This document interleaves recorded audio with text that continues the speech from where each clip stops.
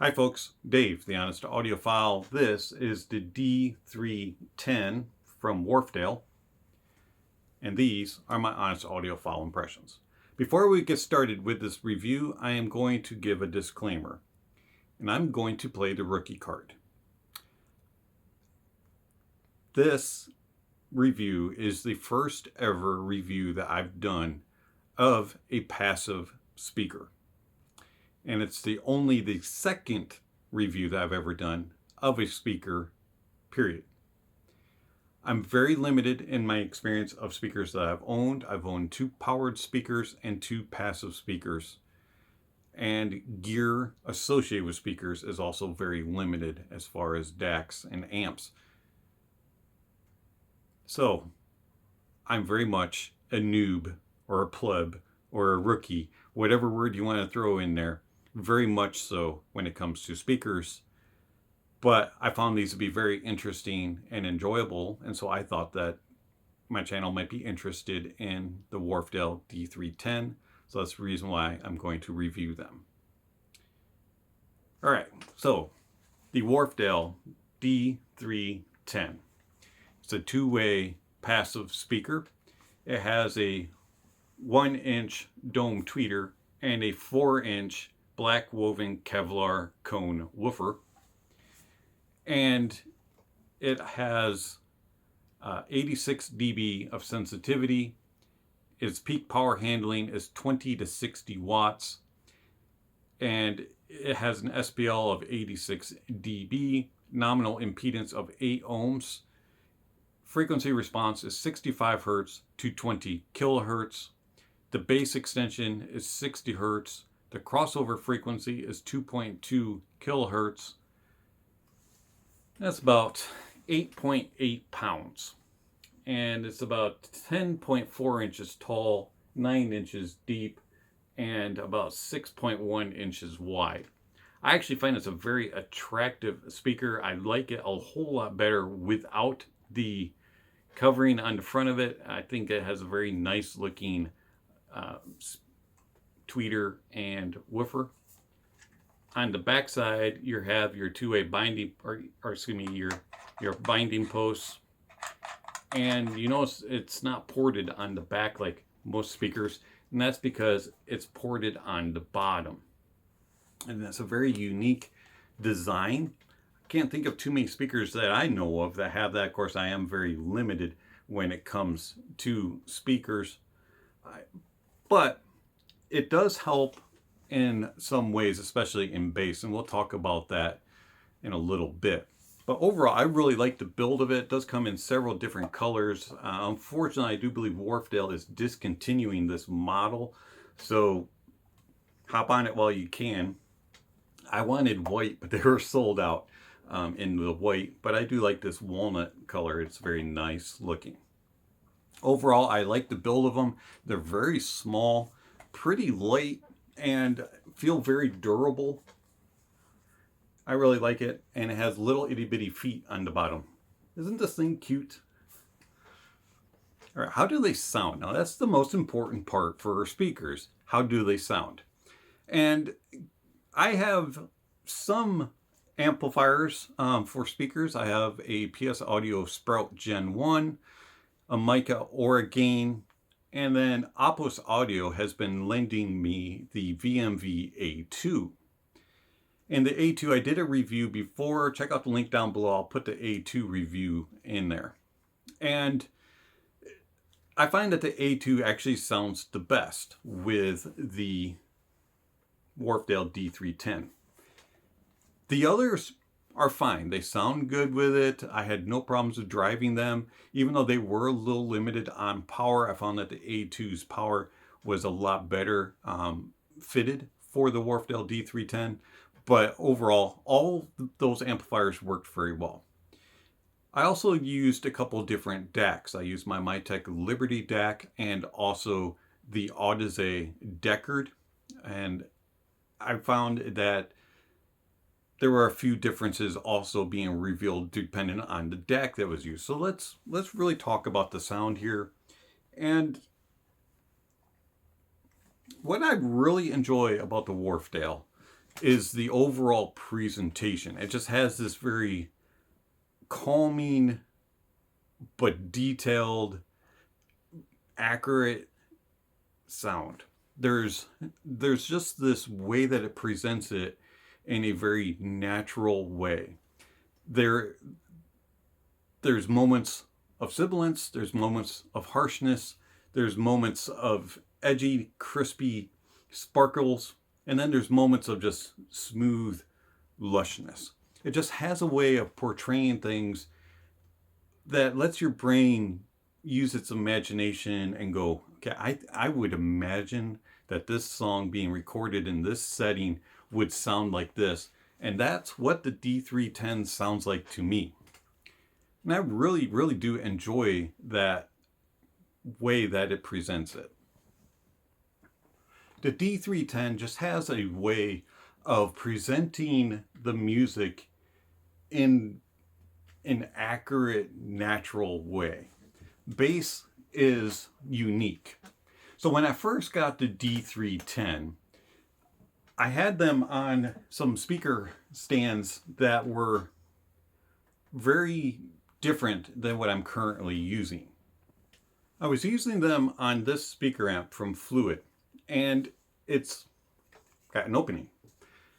And you can adjust the heights and stuff, and I really like this speaker stand. Well built, and it fit the D310 perfectly. Like they were meant for each other. But the problem was, because it's bottom ported for the bass was just kind of, like, it was just kind of shooting through, and it sounded kind of thin and lackluster. And so I went and purchased you really can't see them here, but I'll put a link down below, by the way, for the Knox Audio speaker stands. They're taller and they're bigger. And when they came, I put the Wharfedales on, and I noticed a slight improvement and added a little bit of body to the Wharfedale. And it was bringing in the bottom end just a little bit better, and it wasn't escaping as much. So I started experimenting. I took the Wharfedales and I put them directly on my desk with no stands. And the bass was bigger and fuller. And so the Wharfedales need to have a little something close to that port in order to kind of bring in the bottom end. So I took the Knoxes, and because they have slots in them, I have these other plates that come with the Monoprice MM5Rs, which are my ribbon powered speakers, and they're supposed to sit on them and point them outward a little bit. Well, I took those and I put them on top of the Knox stands, and now my speakers are pointed at me, but have a solid bottom on them. And the bass is a lot better. It's more impactful, has more body, and it's just a little bit more pleasing. So you get a little bit more of quantity when you have the bass port closer to the desk or to something solid. The quality of the bass is craziness. There is so much detail within there. Everything just, you can hear all the information. And it really does flow down. Now, it does roll off early, and so you're not getting the big sub bass presence and the booming and things like that. But the detail is still there, and it's just got very good accuracy and very good resolution of those details. And the tone and the timbre of those instruments and all the information that's down there is just crazy good. And it's like lifelike. So I do use a Monoprice subwoofer. Again, there will be a link down below that fills in a little bit of the missing parts of the bass. And I don't use the sub bass to like boost everything and just bombastic it. I actually use the sub bass to supplement in. And I learned from, I can't remember exactly who, but somebody was saying that for a subwoofer, you should get it set volume and crossover so that it sounds like the bass is coming from your speaker, from your woofer. And so I have it set up that way, and it just sounds like the Wharfedales are doing all the work. And it's just so fun and engaging, but yet realistic and accurate and lifelike. I really do enjoy the bass of the Wharfedales when they're complemented with the subwoofer.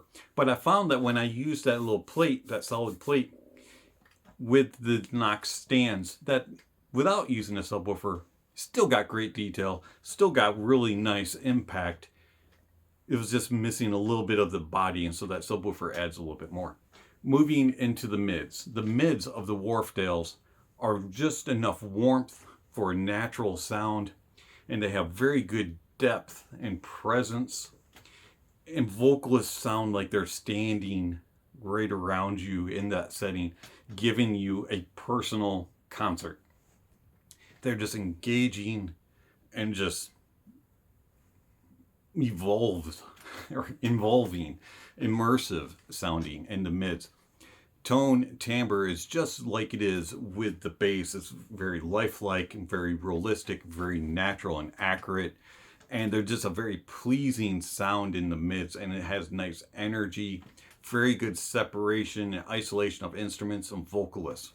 Going into the treble is very well extended on the Wharfedale D310, and it has a nice airiness to it, a good separation, and it's a very accurate and true, just like the mids and the bass. The tone and the timbre is very lifelike and realistic, and everything about it just says, I'm giving you the details, but I'm not going to force feed it. I'm not going to kind of be too energetic in the upper mids and in the lower treble region, and I'm not going to force feed you that information. Instead, I'm going to give it in the accurate way and let the music do the talking and let the environments do the talking, and everything just kind of just sounds realistic and real and lifelike, unlike some speakers that I've heard, and unlike like with some headphones and IEMs that I've reviewed where it's being force fed and it just sounds artificial. The Wharfedales have no such thing. Unnatural and artificial doesn't exist with the Wharfedale presentation. Soundstage wise, now the Soundstage is pleasantly wide for a 2.0 system. It's not the widest out there, and it's not the most humongous depth and layering, but it does a very good job within the size that it is, and it does a really nice job with being accurately reproducing of the recording. So, you know, obviously I've never been to one of those recordings that I'm listening to, but you can use your brain and imagine what that setting would be like, and the speakers put me in that place. They have a nice way of presenting depth and layering, and you can get a sense of the stage where everything is positioned. And what the Wharfedales do really well is imaging. Things that travel across the stage. You don't have any gaps in between the speakers. Everything just flows properly, and it does it nice and fast, has very good speed, very good attack and decay. Everything about it is like precise. And watching movies or shows, listening to music, playing some games. I did hook it up to the PS4 and I had some games playing. Things sounded immersive, and I felt like I was there in the moment. And I really, really do enjoy the Wharfedales a whole lot, especially for a budget speaker setup. I find that they're very well reproducing of sound, and they're very accurate in what they portray. And I find that the Wharfedales are a very good value for what I spent on them. And if you can find them for the price, then you might want to take a look at the Wharfedale D310. As far as differences with DACs, now the A2, the VMV A2 has a built-in DAC, and I find that it is very accurate and very true, very natural sounding, and the amplifier also powers the Wharfedales very well, and it just drives it with ease. And I find that the Wharfedales have a very comfortable, relaxed, but neutral and detailed sound with the A2 DAC and amplifier. Putting the Mytek going into the A2 with the Wharfedales, they had a little bit more sparkle, a little bit more energy a little bit more space, a little more separation, and better depth and layering. And I found that it was a little bit more accurate with tone and timbre. Putting the Aueze Deckard with the A2 and the Wharfedales added a little bit of warmth, a little bit more body, got a little bit more of a fun sound signature, but it still had very good detail retrieval and resolution, but you missed a little bit of the airiness that you had with the Mytek. And then going to the Sprout. The Sprout was a little bit more warm, a little more lush, a little more romantic sounding, and it was more of a little bit of a laid back sound, but it had really good details and resolution, and it was a very pleasing sound, but you kind of missed that high-end sparkle and energy. And then with the Mica Orgain is just more bassy, and just it's more compressed sounding, and it's not my favorite setup with the Wharfedales. They kind of sound a little it's okay, but it's just a little too thick and warm for my taste. So that's my take on the Wharfedale D310s. I highly, highly recommend them. I truly love them, and they are my new reference speaker. Now, if that means anything, because I have such limited experience with speakers, take it as you want, but they are my reference speaker, and I find that they give me all the information I'm looking for. And here's the key: I use speakers to listen back to my videos before I post them live to you all to watch. And when I listen to myself, which is very odd and strange, by the way, when I listen and watch myself back through, listening on the Wharfedales, through the Mytek and the A2, my voice sounds the same. So that tells me that, one, my microphone is doing a good job, and two, the speakers are portraying exactly how everything else sounds, and they're accurate and true. That's the way my brain thinks anyways. So, Wharfedale D310s. Highly recommend them if you can find them. Real bummer that Wharfedale is discontinuing them, but I would love to hear some more Wharfedales. If this is the budget, I want to know what their other stuff sounds like. It's been Dave, the Honest Audiophile.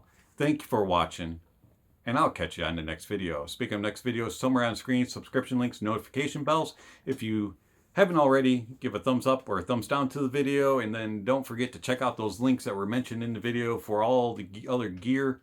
And also, don't forget to check out the links for music recommendations, tier lists, gear rankings, and all kinds of other things down below. And don't forget to enjoy the music, and that honesty is the best policy.